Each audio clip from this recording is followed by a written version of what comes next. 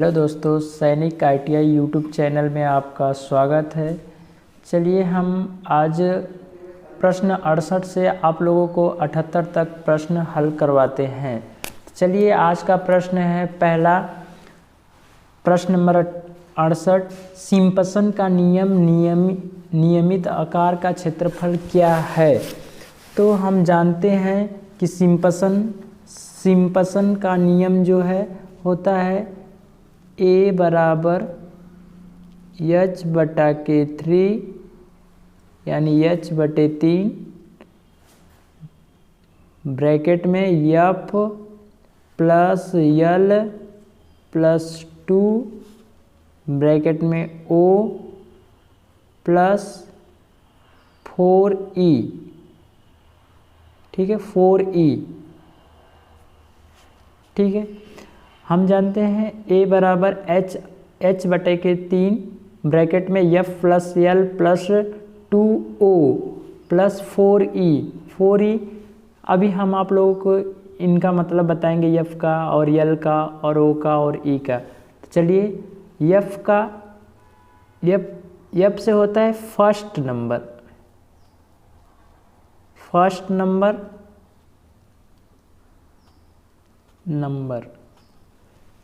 और L से होता है लास्ट नंबर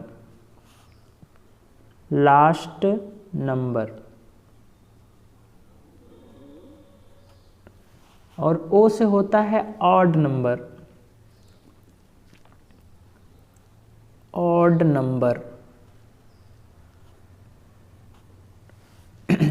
और E से होता है इवेन नंबर।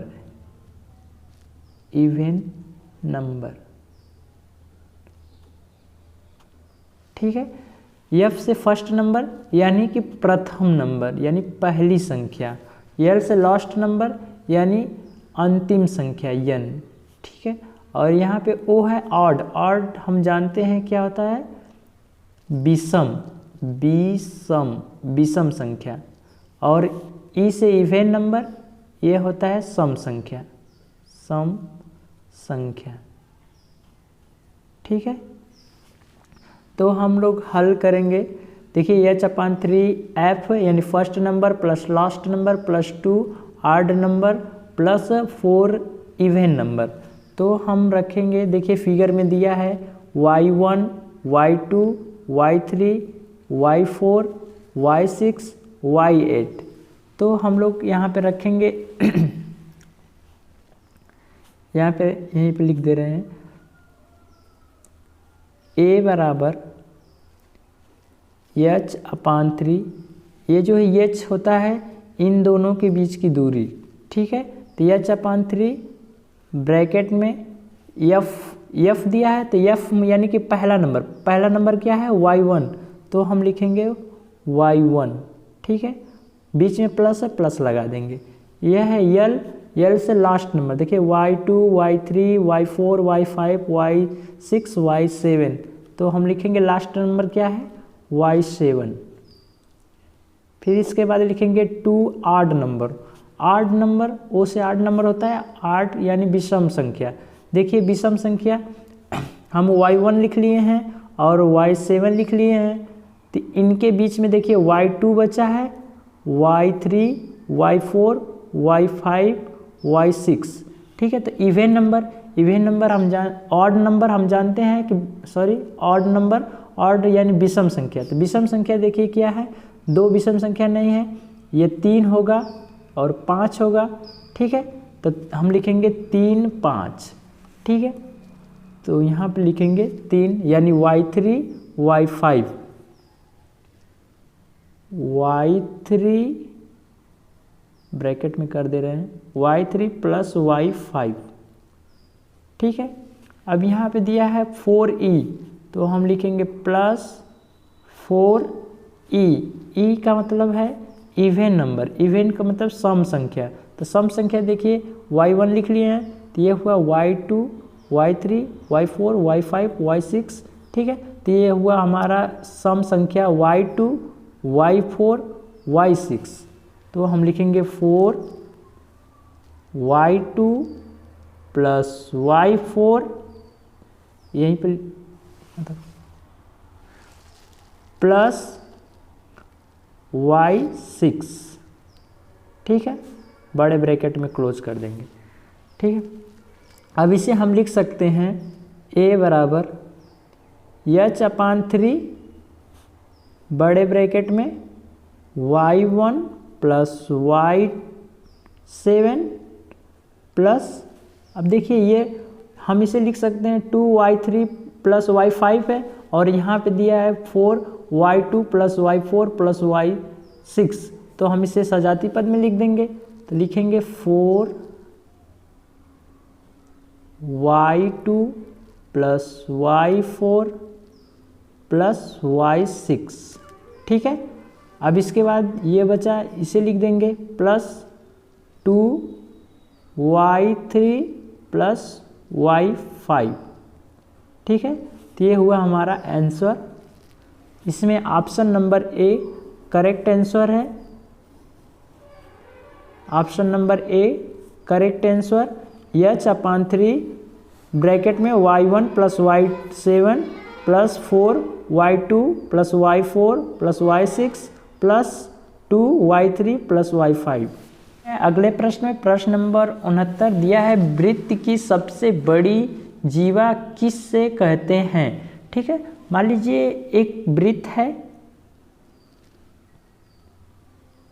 ठीक है, वृत्त है और यहाँ पे हम मान लीजिए एक केंद्र है, ठीक है। वृत्त की सबसे बड़ी जीवा, तो मान लीजिए एक जीवा हम लोग यहाँ पे खींचेंगे, एक जीवा, फिर यहाँ पे एक जीवा, फिर यहाँ पे एक जीवा, ठीक है। ऐसे ऐसे कर कर खींचेंगे तो यहाँ एक केंद्र से होकर एक जीवा जाएगी, जिसे हम कहते हैं व्यास, ठीक है। और ऊपर भी एक जीवा होगा और यहाँ पे एक जीवा होगा, और यहाँ पे देखिए जब हम जीवा के ऊपर कोई भी रेखा खींचेंगे तो यह जो जीवा यानी व्यास से छोटा होगा। ये केंद्र से होती हुई जाती हुई रेखा हम जानते हैं, ये जो है ए बी जो है ये हमारा जो है क्या है, व्यास। तो सबसे बड़ी देखिए, सबसे बड़ी जो है, सबसे बड़ी वृत्त की सबसे बड़ी जीवा क्या है, व्यास। तो हम लिखेंगे, हम जानते हैं कि वृत्त की सबसे बड़ी जीवा क्या होगी, व्यास, व्यास, ठीक है। तो हमारा होगा डायमीटर यानी व्यास। Option number B correct answer, व्यास। चलिए चलते हैं अगले प्रश्न में। प्रश्न 70 दिया है, वृत्त की परिधि का सूत्र क्या है। तो हम जानते हैं कि वृत्त की परिधि, वृत्त की परिधि,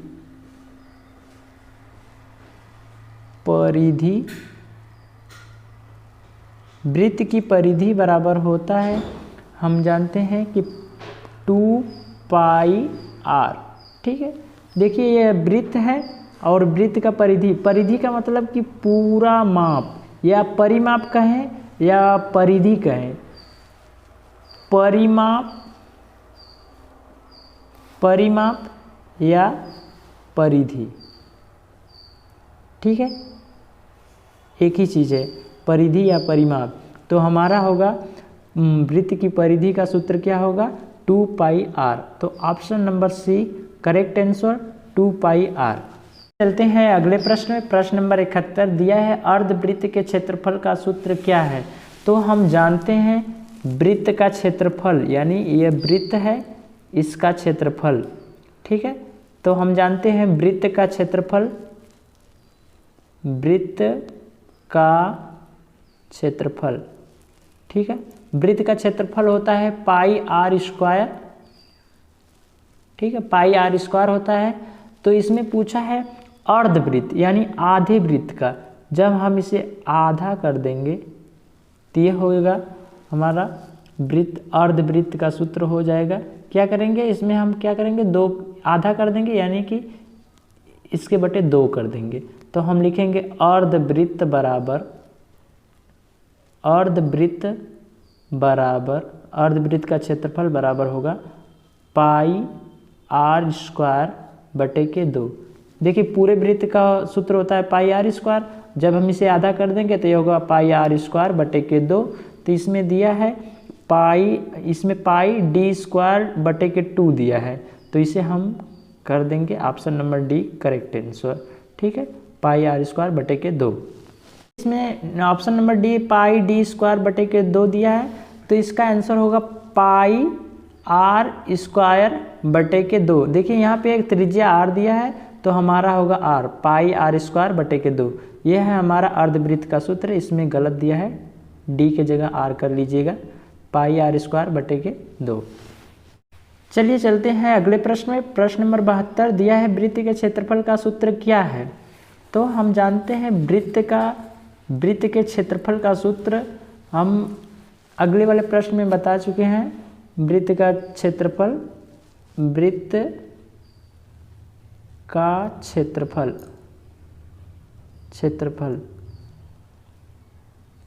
तो वृत्त का क्षेत्रफल बराबर होता है पाई आर स्क्वायर। ठीक है, अभी इसके पहले हम अगले प्रश्न में बताए थे कि पाई आर स्क्वायर वृत्त का क्षेत्रफल होता है, और अगले प्रश्न में पूछा था अर्धवृत्त का, तो उसे हम आधा कर दिए थे। तो ये हमारा होगा वृत्त का क्षेत्रफल पाई आर स्क्वायर। तो इसमें option number B correct answer होगा, पाई आर स्क्वायर। यह वृत्त का क्षेत्रफल है, पाई आर स्क्वायर। चलते हैं अगले प्रश्न में। प्रश्न नंबर 73 दिया है अनियमित सतह का क्षेत्रफल क्या है। देखिए इसमें दिया है एक फिगर यहाँ पे ऐसे कर और यहाँ एक दिया है फिगर। इसमें पूछा है अनियमित सतह का क्षेत्रफल। ठीक है, तो अनियमित सतह देखिए ये यहाँ से एक फिगर है, तो ये तो आयत नहीं है। जब हम इसे एक यहाँ पे एक रेखा खींच देंगे, एक लाइन खींच देते हैं, तो ये हो गया हमारा एक फिगर। ठीक है, एक फिगर ये हो गया, एक फिगर ये हो गया, और एक फिगर ये हो।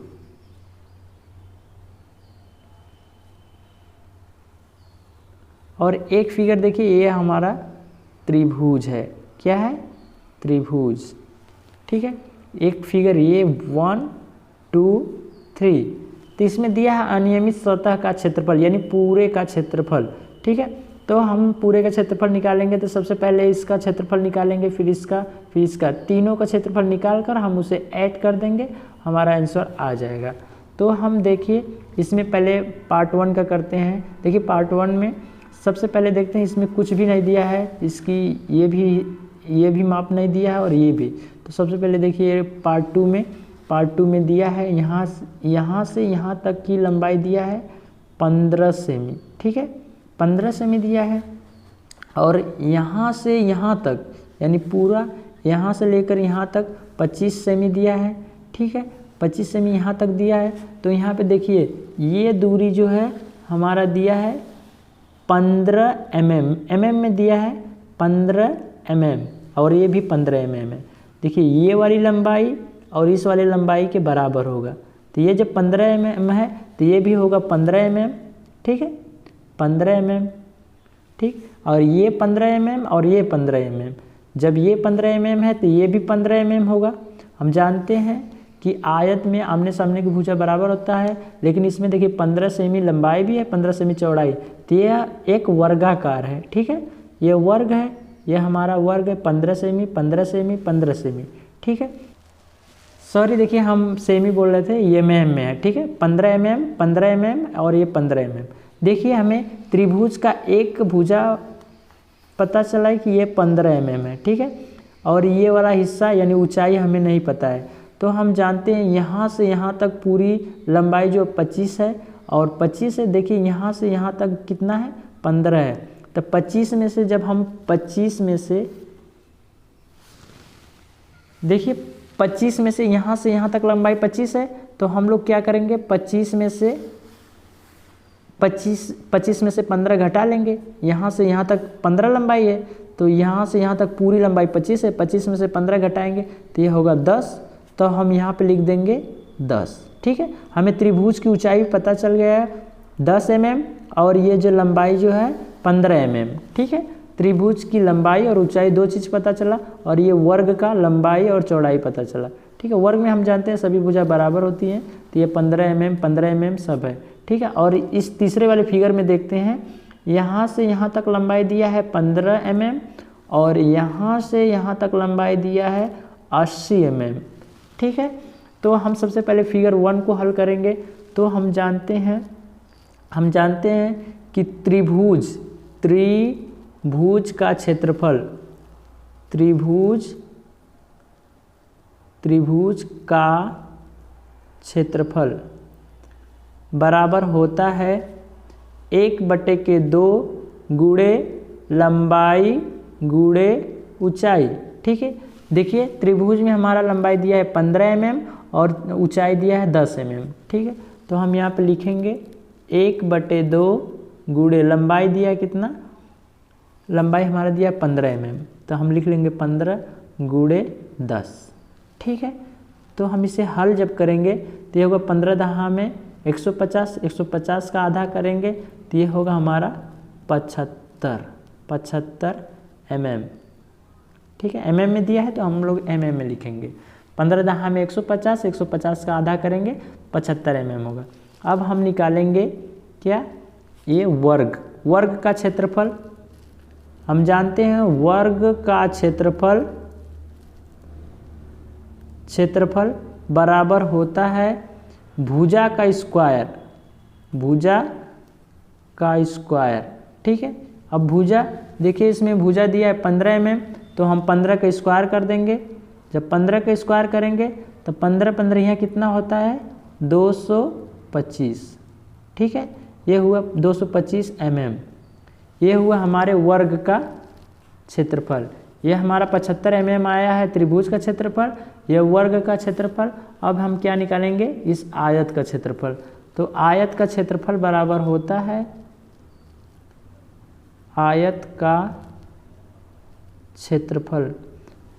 क्षेत्रफल होता है लंबाई गुणे चौड़ाई। ठीक है, लंबाई गुणे चौड़ाई। तो हम जानते हैं लंबाई, देखिए यहाँ से यहाँ तक दिया है 80 mm, तो 80 लिखेंगे गुणे, और देखिए यहाँ से यहाँ तक चौड़ाई दिया है कितना 15। ठीक है, तो हम क्या करेंगे 80 में 15 का गुणा कर देंगे तो 15 वाटे 120, ये हो गया 1200 mm। ठीक है, हमें तीनों फिगर की क्षेत्रफल पता हो गया। ये जो है त्रिभुज का क्षेत्रफल 75 mm, और ये जो वर्ग का क्षेत्रफल 225 mm, और यहाँ पे आयत का क्षेत्रफल 1200 mm। चलिए यहाँ पे हम इसे ऐड कर देते हैं। ऐड करेंगे यानी त्रिभुज का क्षेत्रफल दिया है 75 mm, 75 प्लस, अब देखिए यहाँ पे वर्ग का क्षेत्रफल दिया है 225 mm प्लस, और यहाँ पे आयत का क्षेत्रफल दिया है 1200 mm। ठीक है, 1200 mm। जब इसे हम ऐड करेंगे तो ये होगा हमारा, ये हमारा आएगा, जब इसे हम ऐड करेंगे तो 1500 mm में दिया तो mm में लिख लेंगे 1500 mm स्क्वायर। ठीक है, तो ये होगा हमारा option number C correct answer 1500 mm square. चलते हैं अगले प्रश्न पे। प्रश्न नंबर 74, छायांकित भाग का क्षेत्रफल क्या है। समबाहु त्रिभुज की भुजा 6 सेमी है। ठीक है, और वृत्त की त्रिज्या 1.5 सेमी है। ठीक है, देखिए ये हमारा फिगर दिया है, ये जो है हमारा समबाहु त्रिभुज है। ठीक है, समबाहु त्रिभुज में हम जानते हैं कि सभी भुजा आपस में समान होती है, यानी बराबर होती हैं। ठीक है, आपस में सभी भुजा बराबर होती है। दिया है समबाहु त्रिभुज की भुजा 6, जब ये 6 सेमी होगा तो ये भी 6 सेमी होगा और ये भी 6 सेमी होगा। ठीक है, अब इसमें दिया है एक वृत्त, देखिए ये वृत्त है।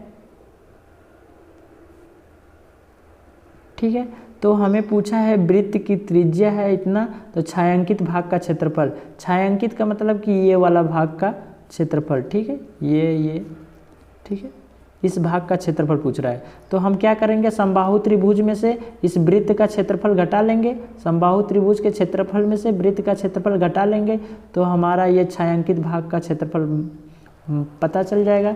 तो हम लिखेंगे सबसे पहले समबाहु त्रिभुज का क्षेत्रफल निकालेंगे, तो लिखेंगे समबाहु त्रिभुज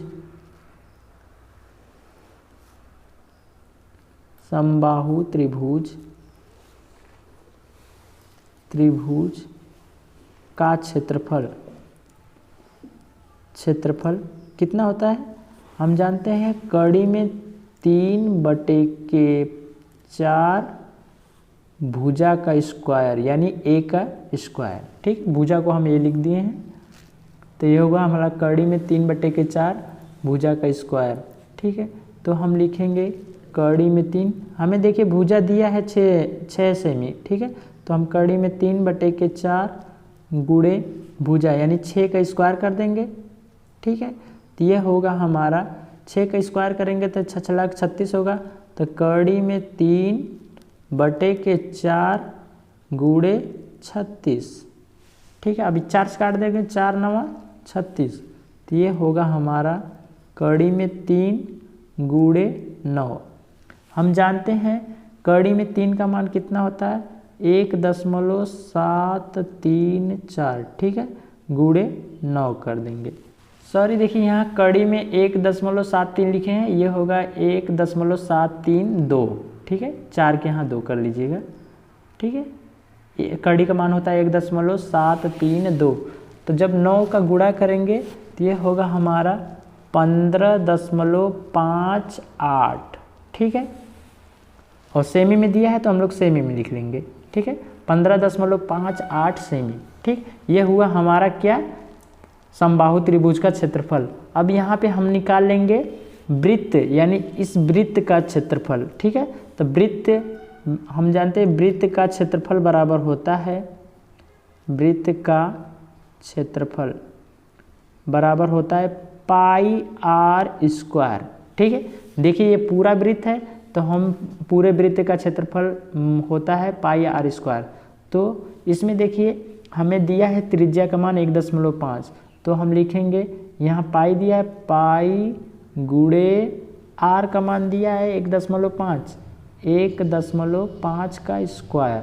ठीक है, जब हम 1.5 का स्क्वायर करेंगे, हम यहाँ पे क्या करेंगे पाई, और जब 1.5 का वर्ग करेंगे तो ये होगा हमारा 2.25। ठीक है, अब यहाँ पे हम क्या करेंगे पाई का मान रख देंगे। पाई का मान हमें पता है 3.14 होता है, तो रख लेंगे 3.14 गुणे 2.25। ठीक है, जब इसे हम हल करेंगे 3.14 में 2.25 का गुणा करेंगे तो ये होगा हमारा 7.065।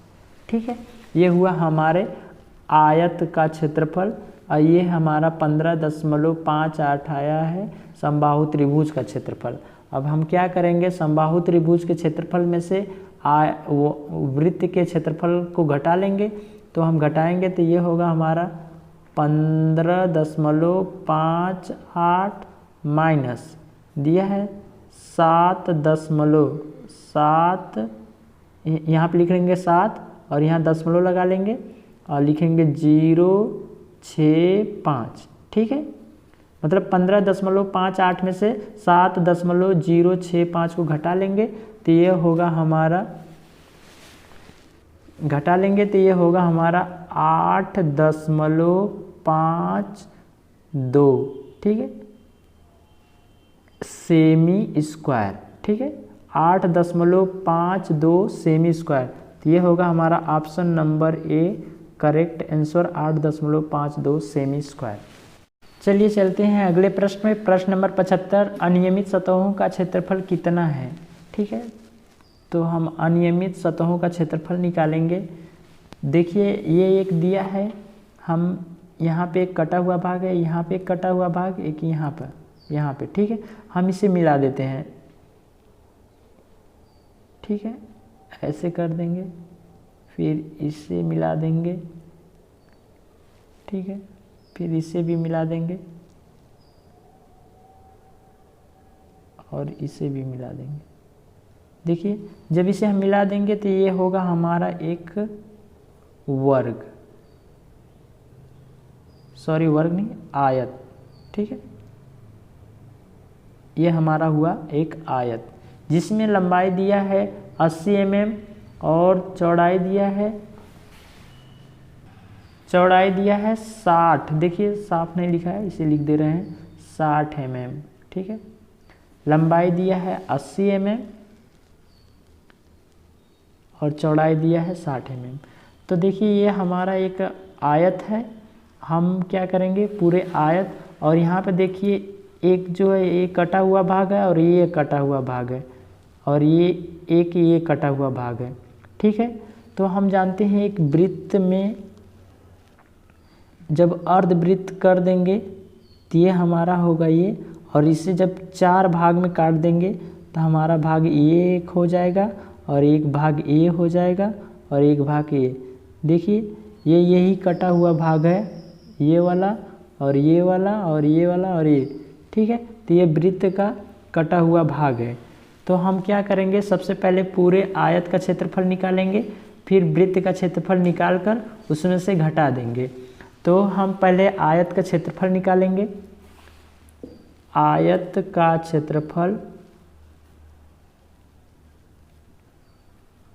क्षेत्रफल बराबर हम जानते हैं लंबाई गुणे चौड़ाई, ठीक है। तो हम रख लेंगे, देखिए लंबाई दिया 80 mm और चौड़ाई दिया 60 mm, लिखेंगे 80 गुणे 60, ठीक है। तो 8 छक्का 48 होगा और 2 ठो 0 लिख लेंगे, तो ये हुआ हमारा 48 mm, ठीक है। mm में दिया है तो mm, ये हुआ हमारे आयत का क्षेत्रफल, ठीक है। अब ये कटे हुए भाग को जब ए मिला देंगे तो ये हमारा एक वृत्त हो जाएगा, जिसमें दिया है देखिए कटे हुए भाग का रेडियस यानी कि त्रिज्या दिया है 20, ठीक है। तो 20 दिया है, ये कटे हुए भाग का है, मान लीजिए कि ये वाला है, ठीक है, ये जो है 20 है। तो ये जो है व्यास है, व्यास का आधा क्या होता है त्रिज्या, तो हम क्या ये पूरा है 20 mm। देखिए अब हम क्या करेंगे, वृत्त का क्षेत्रफल निकालेंगे। आयत का क्षेत्रफल निकाल लिए 48 mm, अब वृत्त का क्षेत्रफल निकालेंगे। तो हम जानते हैं कि वृत्त का क्षेत्रफल बराबर क्या होता है, वृत्त का क्षेत्रफल बराबर होता है πr²। देखिए यहाँ पे दिया है रेडियस 20 mm, ठीक है, 20 mm दिया है यहाँ पर। तो हम क्या करेंगे, r का मान क्या रखेंगे 20 mm, तो लिखेंगे पाई गुणे 20 का स्क्वायर कर देंगे, तो ये होगा हमारा पाई गुणे 20 का स्क्वायर करेंगे, 2 दूना 4, ये होगा 400, ठीक है। अब क्या करेंगे, यहाँ पाइप का मान रख लेंगे, तो 3.14 गुणे 400, ठीक है। जब इसमें हम 4, ये 2 0 है, जब गुणा करेंगे तो ये 2.2 अंक पीछे चला जाएगा, तो ये होगा 314 गुणे 4, ठीक है। अब जब हम गुणा करेंगे तो ये होगा 4 चौक को 16 को 6, 4 एकम 4, एक हंसलिया 5 और 4 3 12, ठीक है, ये होगा हमारा 1256। देखिए ये आयत का क्षेत्रफल है 4800 और ये वृत्त का क्षेत्रफल है 1200, ये आयत का क्षेत्रफल है 4800। क्या करेंगे हम 4800 यानी आयत, ये पूरे के क्षेत्रफल में से यानी आयत के क्षेत्रफल में से वृत्त का क्षेत्रफल निकाल लेंगे। तो हम लिखेंगे आयत का क्षेत्रफल माइनस वृत्त का क्षेत्रफल, ठीक है। तो जब हम इस आयत में से आयत का क्षेत्रफल में से वृत्त का क्षेत्रफल घटा लेंगे, तो आयत का क्षेत्रफल हम निकाले हैं 4800 और वृत्त का क्षेत्रफल निकाले हैं कितना 1200, देखिए 1256, तो लिख लेंगे 1256 और इसे घटा देंगे, तो ये होगा 0 में से 6 नहीं जाएगा तो 10 में से 6 जाएगा, बचेगा 4, ठीक है। यहाँ पे देखिए 9 में से 5 जाएगा, बचेगा 4, ठीक है। और यहाँ पे देखिए 10 में यहाँ जो 7 बचा, 7 में से 2 जाएगा तो बचेगा 5, ठीक है। और यहाँ 4 में से 1 जाएगा 3, ठीक है। तो ये हुआ हमारा 3544, ठीक है, 3544 mm², ठीक है। तो हमारा option number B correct answer होगा 3544 mm²। चलिए चलते हैं अगले प्रश्न में। प्रश्न नंबर 76, अनियमित सतहों का क्षेत्रफल क्या है। देखिए हमें एक फिगर दिया है, यहाँ से यहाँ तक एक जो है आयताकार है और यहाँ पे देखिए एक और फिगर है, कटा हुआ भाग है, ठीक है। तो हम सबसे पहले इस इस आयत का क्षेत्रफल निकालेंगे। ठीक है, देखिए यहाँ से ये यहाँ तक, ठीक है, और इसे हम क्या करेंगे, मिला देंगे, तो ये होगा हमारा एक आयत। ठीक है, अनियमित सतहों का क्षेत्रफल निकालना है तो हम क्या करेंगे, आयत के क्षेत्रफल में से इस कटे हुए भाग को निकाल देंगे। तो हम जानते हैं कि आयत का क्षेत्रफल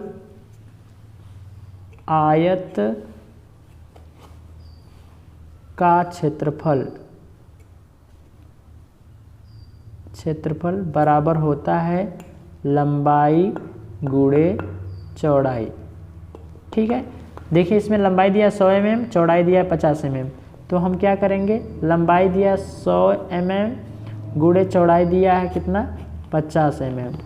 ठीक है, 100 में 50 का गुणा करेंगे तो ये होगा हमारा 5000 mm। mm में दिया है, mm लिख लेंगे, 5000 mm।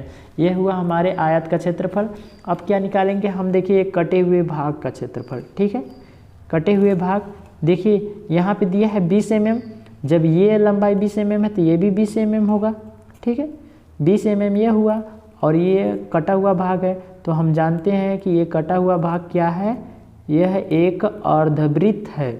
तो हम क्या करेंगे, आयत के क्षेत्रफल में से इस कटे हुए भाग अर्धवृत्त को घटा लेंगे। तो हम जानते हैं कि अर्धवृत्त बराबर अर्धवृत्त का क्षेत्रफल बराबर होता है पाई r² बटे के 2।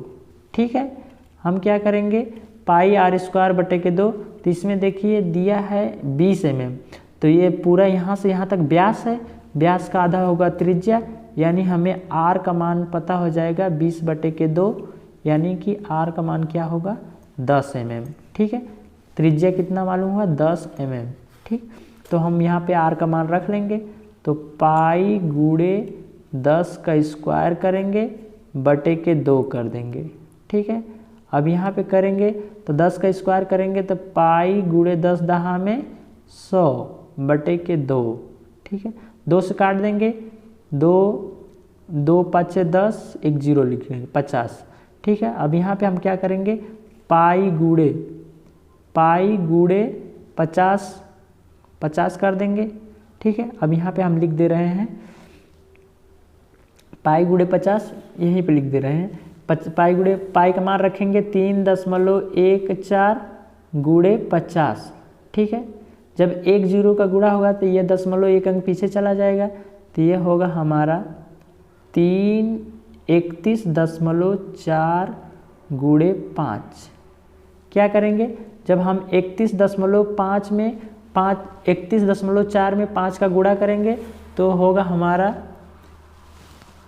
देखिए 5 चौक का 20 को 0। ठीक है, 5 एकम 5, 5 2 7। ठीक है, और 5 3 15। ठीक है, और 1 अंक पर दशमलव, तो 1 अंक पर हम लोग दशमलव लिख लेंगे, तो ये होगा हमारा 100, यहाँ पे लिख दे रहे हैं 157। ठीक है, यहाँ पे लिख दे रहे हैं 157। ये हुआ हमारा क्या, अर्धवृत्त का क्षेत्रफल 157 mm। ठीक है, अब हम क्या करेंगे, आयत के क्षेत्रफल में से कटे हुए भाग अर्धवृत्त का क्षेत्रफल निकाल लेंगे। तो हम निकालेंगे आयत का क्षेत्रफल माइनस अर्धवृत्त का क्षेत्रफल। ठीक है, निकाल लेंगे, यहाँ पर मान रख लेंगे। अर्धवृत्त का देखिए आयत का क्षेत्रफल 5000 है, 5000 माइनस ये अर्धवृत्त का क्षेत्रफल 157 है, 157। अब जब इसे हम घटाएंगे तो कितना होगा, घटाएंगे तो ये होगा हमारा 4843। mm में दिया है तो हम लिख लेंगे mm²। ठीक है, 4843 mm²। तो ये होगा हमारा option number D correct answer, 4843 mm²। चलते हैं अगले प्रश्न में। प्रश्न नंबर 77, अनियमित सतहों का क्षेत्रफल क्या है। ठीक है, अनियमित सतहों का क्षेत्रफल। ठीक है, तो हम क्या करेंगे, देखिए इसमें एक फिगर दिया है यहाँ से यहाँ तक। ठीक है, ये वाला एक जो फिगर है इसे हम मिला देंगे तो ये हमारा एक बन जाएगा आयत। ठीक है, देखिए ये एक फिगर है और देखिए यहाँ पे एक कटा हुआ भाग है। ठीक है, ये वाला। ठीक है, और यहाँ पे भी एक कटा हुआ भाग है। ठीक है, ये वाला कटा हुआ भाग है, सॉरी। ठीक, ये वाला एक कटा हुआ भाग है और यहाँ पे ये वाला एक कटा हुआ भाग है। ठीक है, और ये एक आयत है। तो हम क्या करेंगे, पूरे क्षेत्रफल, पूरे आयत के क्षेत्रफल में से इन दोनों को जोड़कर घटा लेंगे। यानी देखिए एक कटा हुआ भाग एक है, ए है और एक ए है। तो हम क्या करेंगे कि ये पूरे आयत में से आयत का क्षेत्रफल निकालकर इन दोनों कटे हुए भाग को जोड़कर उसमें से पूरे आयत के क्षेत्रफल में से घटा लेंगे। तो इसमें देखिए दिया है यहाँ से यहाँ तक की लंबाई दिया है 50 mm। ठीक है, 50 mm। और देखिए यहाँ से यहाँ तक दिया है कितना, 20 mm। ठीक है, कितना, 20 mm। देखिए ये दिया है लंबाई 50 mm और यहाँ से यहाँ तक दिया है 25 mm। ठीक है, ये जो है लंबाई चौड़ाई जो है 25 mm है, तो ये भी होगा 25 mm। ठीक है, तो इसमें देखिए पूरे आयत में इसकी लंबाई दिया है 50 mm और ये 25 mm। ठीक है, तो हम निकालेंगे सबसे पहले आयत का क्षेत्रफल। तो हम जानते हैं आयत का क्षेत्रफल बराबर होता है लंबाई गुणे चौड़ाई। ठीक है, तो हम मान रख लेंगे। लंबाई दिया है देखिए 50 mm, तो हम लिखेंगे 50 गुणे चौड़ाई दिया है 25 mm, 25। 50 में 25 का गुणा करेंगे तो 25 पाँचे 125 होता है और एक जीरो लगाएंगे तो ये 1250 होगा। mm में दिया है तो हम लोग लिख लेंगे mm। ठीक है, 1250 mm ये हुआ हमारे पूरे आयत का क्षेत्रफल। देखिए इसमें एक कटा हुआ भाग है। ठीक है, देखिए एक कटे हुए भाग की लंबाई दिया है 10 mm। ठीक है, और यहाँ पे देखिए ये वाला हिस्सा दिया है, ये लंबाई 5 mm। जब ये 5 mm होगा तो ये भी 5 mm होगा। ठीक है, और देखिए यहाँ पे भी 5 mm दिया है तो ये भी 5 mm होगा। ठीक है, तो कटे हुए इस आयतकार, इस कटे हुए भाग का 5 mm चौड़ाई और 10 mm लंबाई। ठीक है, तो हम निकालेंगे इस कटे हुए भाग के, लिख लेंगे इसको A1।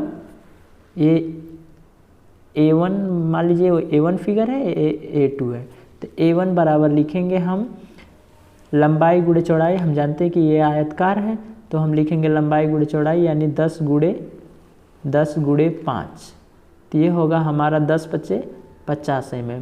ठीक है, और देखिए A2 को निकालेंगे, A2 को निकालेंगे तो ये होगा हमारा 10, देखिए 10 mm है, यहाँ से यहाँ तक, यहाँ से यहाँ तक 10 mm है, 10 गुणे 5, 10 पच्चे 50 mm। अब क्या करेंगे, इन दोनों को जोड़ देंगे तो ये होगा हमारा 100 mm। ठीक है, ये हुआ 100 mm। देखिए कटे हुए भाग का हमारा मान पता हुआ 100 mm और ये पूरे आयत का क्षेत्रफल कितना है 1250 mm। क्या करेंगे हम 1200 पूरे आयत के क्षेत्रफल में से कटे हुए भाग को घटा लेंगे, तो घटाएंगे तो ये होगा 1250 माइनस 100 mm, माइनस 100 mm। जब 1250 में से 100 mm घटाएंगे तो यहाँ 0 होगा, यहाँ 5 होगा, यहाँ पे 1 होगा और 1, 1150 mm में दिया तो mm स्क्वायर, 1150 mm स्क्वायर। तो हमारा करेक्ट आंसर होगा 1150 mm square. Option number C correct answer 1150 mm square. चलिए चलते हैं, हाँ आज का आखिरी प्रश्न है 78। एक त्रिज्य खंड के चाप की लंबाई क्या है जिसका परिधि दिया है 64.8 सेमी है और त्रिज्या दिया है 12.4 सेमी। देखिए हम जानते हैं चाप की लंबाई बराबर होता है चाप की, यानी हम पढ़े हैं कि त्रिज्य, पहले देखिए लिखेंगे त्रिज्य खंड वृत्त का परिमाप, वृत्त का परिमाप। ठीक है, हम जानते हैं कि त्रिज्य खंड वृत्त का परिमाप बराबर होता है, नीचे लिख दे रहे हैं, चाप की लंबाई प्लस 2 गुणे त्रिज्या। ठीक है, 2 गुणे त्रिज्या।